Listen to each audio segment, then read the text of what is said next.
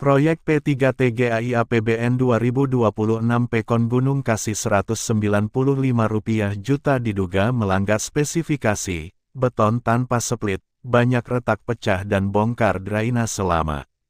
Tanggamus, tanggal 27 Agustus tahun 2026, proyek program percepatan peningkatan tata guna air irigasi P3TGAI, tahun anggaran 2026 di Pekon Gunung Kasih, Kecamatan Pugung, Kabupaten Tanggamus, Lampung, kini menjadi sorotan tajam. Bersumber dari APBN 2026 senilai Rp195 juta, proyek ini dikelola oleh kelompok P3A Hegar Manah di bawah pengawasan Balai Besar Wilayah Sungai Mesuji Sekampung, Ditjen Sumber Daya Air, Kementerian Pekerjaan Umum. Namun peninjauan langsung awak media ke lokasi percetakan maupun pemasangan beton pracetak menemukan sejumlah penyimpangan yang serius dan diduga melanggar juklak-juknis serta aturan konstruksi yang berlaku. Saat melintas dan melakukan pengecekan di lokasi percetakan beton pracetak di Pekon Gunung Kasih, tim investigasi menemukan banyak kejanggalan pada kualitas material maupun produk jadi. Kualitas beton sangat buruk, diduga tanpa batu split. Dari pengamatan visual terhadap puluhan beton pracetak yang sudah dicetak, sangat sulit menemukan butiran batu split dalam struktur beton. Justru yang dominan terlihat adalah pasir dan batu pecah halus sertu. Jikapun ada split, jumlahnya sangat sedikit dan terkesan sekadar formalitas. Beton tampak mulus di permukaan namun rapuh, banyak ditemukan retak-retak halus, pecah pinggiran, hingga patah sejak baru dicetak dan belum diangkut ke lokasi pemasangan. Hal ini menunjukkan campuran beton tidak sesuai spesifikasi teknis standar, yang seharusnya terdiri dari semen, pasir, batu split, dan air dengan perbandingan yang baku. Pengerjaan sesuai arahan Ketua P3A, bukan standar teknis. Awak media sempat menemui salah satu pekerja di lokasi percetakan. Menurut keterangannya, seluruh proses pencetakan dikerjakan murni sesuai arahan Ketua P3A Hegar Manah, bukan berdasarkan spesifikasi teknis maupun gambar kerja resmi. Awak media kemudian berupaya menemui Ketua P3A, Bapak Saifi, namun diketahui beliau sedang berada di luar desa dan tidak dapat ditemui saat itu. Drainase lama yang masih berfungsi dibongkar dan diganti baru tanpa alasan jelas. Saat meninjau lokasi pemasangan saluran irigasi, awak media menemukan hal yang semakin mempertanyakan. Sebagian jalur saluran irigasi yang sudah pernah dibangun sebelumnya dan masih berfungsi baik justru dibongkar total lalu diganti dengan beton pracetak baru. Padahal prinsip efisiensi dan prioritas anggaran seharusnya memprioritaskan perbaikan rehabilitasi, bukan pembongkaran aset yang masih layak pakai demi diganti yang baru tanpa usulan dan persetujuan resmi. Pemasangan beton pracetak saat ini diketahui sudah hampir selesai, tinggal tahap perapian. Temuan ini sangat ironis mengingat beberapa waktu lalu, saat awak media menanyakan langsung kepada pihak konsultan Balai Besar Wilayah Sungai Mesuji Sekampung terkait konsekuensi jika P3A menggunakan sertu tanpa batu split dalam campuran beton, jawabannya tegas.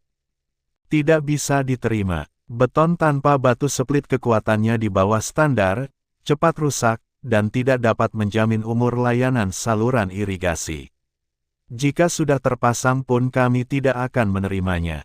Faktanya di lapangan justru sebaliknya, beton yang diduga kuat dominan sertu dan pasir tanpa split sudah dipasang hampir di sepanjang jalur saluran.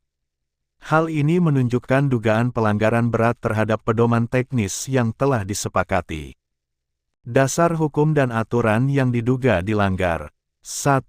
Undang-Undang Nomor 2 Tahun 2017 tentang Jasa Konstruksi Pasal 43 Ayat 1, dan Pasal 70, setiap pekerjaan konstruksi wajib dilaksanakan sesuai spesifikasi teknis, gambar kerja, dan standar mutu yang berlaku.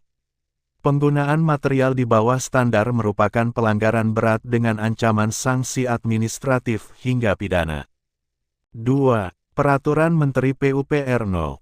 19 Tahun 2020 tentang Pedoman Teknis Pembangunan Saluran Irigasi, campuran beton pracetak wajib menggunakan agregat kasar, batu split, dengan gradasi dan perbandingan yang baku untuk menjamin kekuatan struktur. Penggunaan sertu saja tanpa split tidak memenuhi syarat teknis. 3. Juklak dan Juknis Program P3TGAI, pelaksanaan swakelola wajib mengikuti dokumen teknis dan rencana kerja gambar kerja (RKG).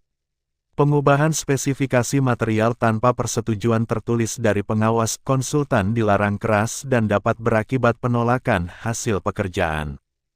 4. Undang-Undang Nomor 17 Tahun 2003 tentang Keuangan Negara Pasal 3 Ayat 1 Pengelolaan anggaran negara harus taat aturan, efisien, dan tepat sasaran.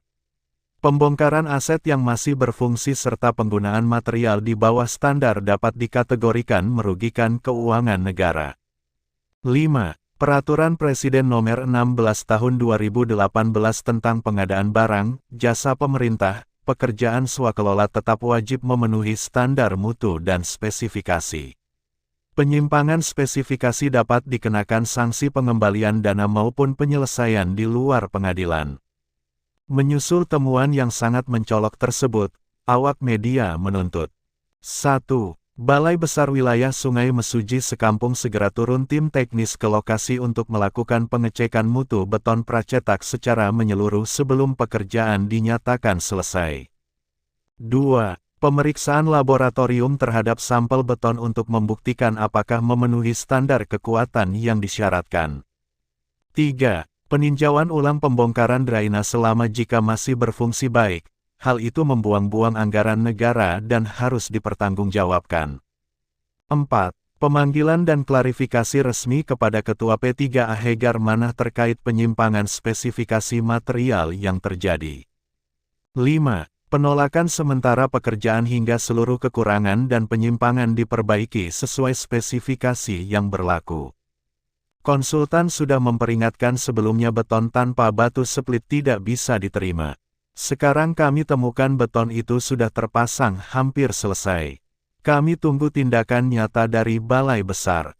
Jangan sampai uang rakyat 195 juta rupiah terbuang sia-sia hanya untuk bangunan yang cepat hancur, tegas awak media. Hingga berita ini diturunkan, Ketua P3A Hegar Manah belum dapat dimintai keterangan resmi. Awak media akan terus memantau perkembangan proyek ini dan menunggu langkah tegas dari pihak berwenang. Sekian laporan tim media Benang Merah Investigasi Sembiring melaporkan.